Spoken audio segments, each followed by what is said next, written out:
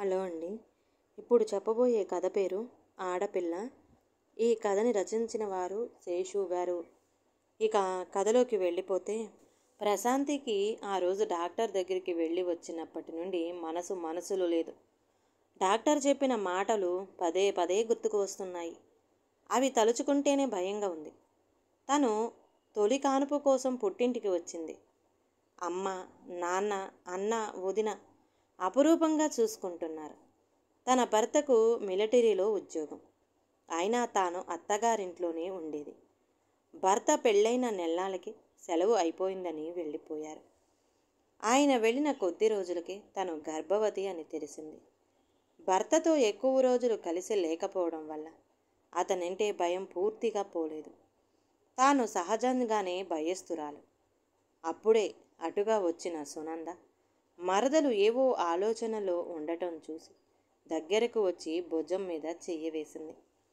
ఆ మాత్రానికి ఉలిక్కిపడ్డ ప్రశాంతిని చూసి నవ్వుతూ, ఏమిటి, మా అన్నయ్య గారి ఆలోచనల్లో ఉండగా డిస్టర్బ్ చేశానా అంది. కాదన్నట్లుగా తలూపిన ప్రశాంతి కళ్ళల్లో నీళ్లు చూసి పక్కనే కూర్చుని ఓదార్పుగా వీపి నిమురుతూ, ఏమైంది శాంతి, ఎందుకలా ఉన్నావు లాలనగా అడిగింది. చల్లగాలి తాకిన మేఘంలా ఆమె చల్లని ఓదార్పు మాటలకు కళ్ళు వర్షించసాగాయి. ఆమెని హత్తుకొని కాసేపు అలాగే ఉండిపోయింది సునంద. ఆమె భారం కాస్త తీరాక, ఏమైంది శాంతి, దేనికి బాధపడుతున్నావు అని అడిగింది. వదినా, డాక్టర్ ఈరోజు స్కాన్ చేసి చెప్పిన మాట విని చాలా భయంగా ఉంది అంది ప్రశాంతి. ఎందుకమ్మా, ఇది తొలి కానుపు. మొదటి బిడ్డ ఏదైనా సంతోషంగా ఉండాలి. ఆడపిల్ల అయినంత మాత్రాన భయమెందుకు? ఏమి, నీకు మగపిల్లవాడే కావాలని కోరుకుంటున్నావా అడిగింది సునంద. లేదు వదినా, నాకు ఎవరైనా ఒకటే కానీ అంటూ మళ్ళీ కళ్ళ నిండా నీళ్లు నింపుకుంది. మరి అన్నయ్య ఏమైనా అంటారనా అడిగింది సునంద. కాదు, మా అత్తయ్య గారు నెల తప్పిన దగ్గర నుంచి చెప్తున్నారు మనవడిని ఇవ్వాలని. ఇక్కడికి వచ్చే ముందు రోజు కూడా మళ్ళీ హెచ్చరించారు. ఈరోజు డాక్టర్ చెప్పిన మాటల్ని బట్టి చూస్తే ఖచ్చితంగా ఆడపిల్ల పుడుతుందని తెలుస్తుంది. అందుకే భయపడుతున్నాను అంటూ ఏడ్చేసింది ప్రశాంతి. ఊరుకో, బాధపడకు. అన్నయ్య గారితో చెప్పావా ఈ విషయం? అదే మీ అత్తగారు అన్నమాట అడిగింది సునంద. అప్పట్లోనే చెప్పాను. ఆయన కూడా కోడలిగా అత్తగారి కోరిక తీర్చటం నా బాధ్యత అన్నట్లు మాట్లాడారు వదినా అంది దిగులుగా ప్రశాంతి. సరే, డాక్టర్ చెప్పిన మాట ఎవరికీ చెప్పకు. డెలివరీ అయ్యాక అందరికీ తెలుస్తుంది. అంతా అయ్యాక ఏమనగలరు? అయినా ఇందులో నీ తప్పేముంది? అనవసరంగా ఆలోచించి ఆరోగ్యం పాడు చేసుకోకు. ఈ విషయాన్ని అత్తయ్య గారికి, మామయ్య గారికి తెలియనివ్వకు. ఎవరు చెయ్యగలిగింది ఏమీ లేదు. నువ్వు ప్రశాంతంగా ఉండు. లేకుంటే నీకే కాదు, నీ కడుపులో ఉన్న బిడ్డకి కూడా మంచిది కాదు. అన్నీ అవే సర్దుకుంటాయి. అంతగా అవసరమైతే మీ అన్నయ్య, నేను చూసుకుంటాం. నువ్వు ఏ దిగులు పెట్టుకోకుండా సంతోషంగా ఉండాలి. అప్పుడే నీకు కానుపు కూడా తేలికగా అవుతుంది. సునంద ప్రశాంతిని అనునయిస్తూ ధైర్యం చెప్పింది. అలాగే వదిన, నువ్వు చెప్పినట్లే చేస్తాను. థ్యాంక్స్ వదిన అంది ప్రశాంతి కళ్ళల్లో నీళ్లతో. అదుగో కన్నీళ్ళు. అదే వద్దన్నాను. ఎప్పుడూ ఆనందంగా ఉండాలి. నా కోడల్ని జాగ్రత్తగా చూసుకో అంది సునంద. అలాగే వదిన అంటూ కళ్ళ నీళ్లతోనే నవ్వింది ప్రశాంతి. తాను కూడా బదులుగా నవ్వింది సునంద. సునంద పర్యవేక్షణలో ప్రశాంతి ఆనందంగా ఉంది. తల్లిదండ్రులు, అన్నా వదినలు చాలా జాగ్రత్తగా చూసుకుంటున్నారు. మధ్యలో అత్తగారు ఒకసారి వచ్చి వెళ్ళారు. అప్పుడు కూడా మళ్ళీ ఆవిడ కోడలికి మనవడి గురించి హెచ్చరించారు. సునంద ఏమీ భయపడవద్దని సైగ చేసింది. ఆవిడ ఒక్కరోజు ఉండి మళ్ళీ డెలివరీ అయ్యాక వస్తానని చెప్పి వెళ్ళిపోయారు. ప్రశాంతి మళ్ళీ ఆందోళన చెందడంతో సునంద ఆమెకి ధైర్యం చెప్పింది. ప్రశాంతి భర్త ఆనంద్ తనకి సెలవు కుదరటం లేదని, తాను కూడా డెలివరీ సమయానికి రావడానికి ప్రయత్నిస్తానని చెప్పాడు. ప్రశాంతికి డెలివరీ డేట్కి 4 రోజులు ముందుగానే ఆనంద్ వచ్చాడు. ప్రశాంతికి ఆనందంగాను ఆందోళనగా కూడా ఉంది. అది అర్థం చేసుకున్న సునంద తన భర్త ఉదయ్ని ఆనంద్తో మాట్లాడమని, అతనికి మెల్లగా విషయం తెలియజేయమని చెప్పింది. 2 రోజుల తర్వాత ఉదయ్ ఆనంద్తో, బావా, నేను బయటికి వెళుతున్నాను, మీరు రండి అంటూ బయటికి తీసుకెళ్ళాడు.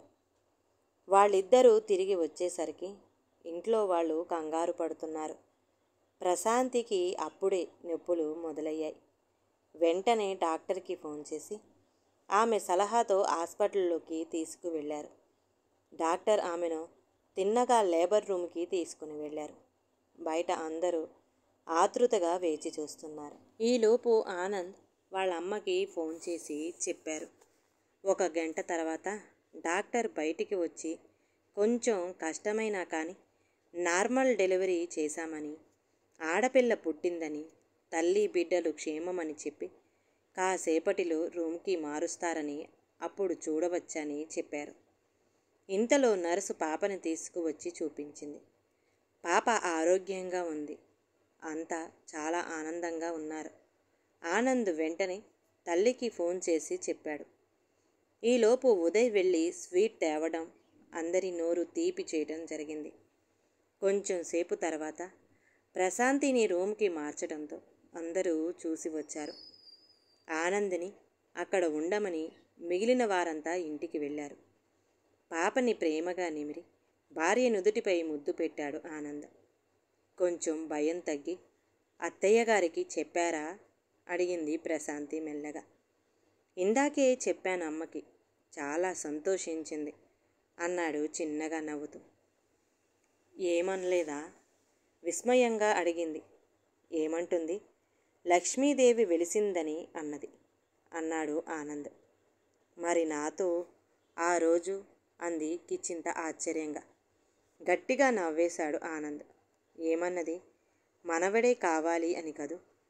నిజానికి నాకు అమ్మాయి అంటే ఇష్టం, కాకపోతే వంశోద్ధారకుడు కావాలని అమ్మ కోరిక, అందుకే నీతో అలా అంది. నువ్వు దానికే భయపడి డాక్టర్ పాప అని చెప్పినప్పుడు ఏడ్చావట కదా, పిచ్చి పిల్ల, నాకైనా చెప్పొచ్చు కదా, అంత భయం దేనికి అన్నాడు ప్రేమగా చెంపలు నిమురుతూ. ఏం చెప్పను, మీరు కూడా అమ్మ కోరిక తీర్చాలి అన్నట్లే మాట్లాడారు, అందుకే అంతగా భయపడ్డాను అంది ప్రశాంతి కళ్ళల్లో నీళ్లతో. ఆమె కళ్ళు తుడిచి, పిచ్చి పిల్ల, నేనేదో తమాషాగా అంటే ఇంత భయపడతావనుకోలేదు అంటూ ఆమెని గుండెలకు హత్తుకున్నాడు. అయితే మీకు పాప అంటే ఇష్టమే కదా అడిగింది ప్రశాంతి. పాప అంటే నాకు చాలా ఇష్టం, పాపని ప్రాణంగా పెంచుతాను అన్నాడు పాపని మురిపెంగా చూస్తూ. పాపని ఎలా పెంచుతారు అంది నవ్వుతూ. పాపని ముద్దుగా పెంచుతా. పాప నా కూతురు మాత్రమే కాదు, నాకు మరో అమ్మ, నా బాగోగులు చూస్తుంది, ఒక తండ్రిలాగా ఎలా నడుచుకోవాలో నేర్పుతుంది అన్నాడు గర్వంగా. మరో బాబు పుట్టిన తండ్రి అవుతారు కదా అంది ఆశ్చర్యంగా. నిజమే, వాడు తండ్రిని చేస్తాడు, వాడికి మనమే అన్నీ నేర్పాలి, నడక నుండి నడవడికి దాకా. అదే ఆడపిల్లైతే అభిమన్యునిలాగా తల్లి కడుపులో నుండే అన్నీ నేర్చుకొని పుడుతుంది అన్నాడు నవ్వుతూ. కానీ ఆడపిల్ల వేరే ఇంటికి వెళ్ళిపోతుంది, మనతో ఎప్పటికీ ఉండదు కదా అంది ప్రశాంతి దిగులుగా. అందుకే ఆడపిల్ల మనసులో తల్లిదండ్రులు ఎప్పటికీ ఉంటారు. తనకి కష్టం కలిగినప్పుడు తలుచుకోవడమే కాదు, మనకి కష్టం కలిగినప్పుడు తనే ముందుగా పరిగెత్తి వస్తుంది అంటూ పాప కదులుతుంటే ప్రేమగా ఎత్తుకొని గుండెలకు హత్తుకున్నాడు. ప్రశాంతికి అతని మాటలు విన్నాక పూర్తిగా ఆందోళన తగ్గి ధైర్యం కలిగింది. తృప్తిగా కనులు మూసుకొని నిద్రకి ఉపక్రమించింది, మనసులో వదినకి అన్నకి ఈ విషయాలు చెప్పాలి అనుకుంటూ. ఈ కథ గనక నచ్చితే ప్లీజ్ అండి లైక్ చేయండి. అలాగే ఛానల్ని సబ్స్క్రైబ్ చేసుకోవటం మాత్రం మర్చిపోమాకండి. మీ విలువైన అభిప్రాయాన్ని కామెంట్ బాక్స్లో కామెంట్ చేయండి. అందరికీ ధన్యవాదాలండి.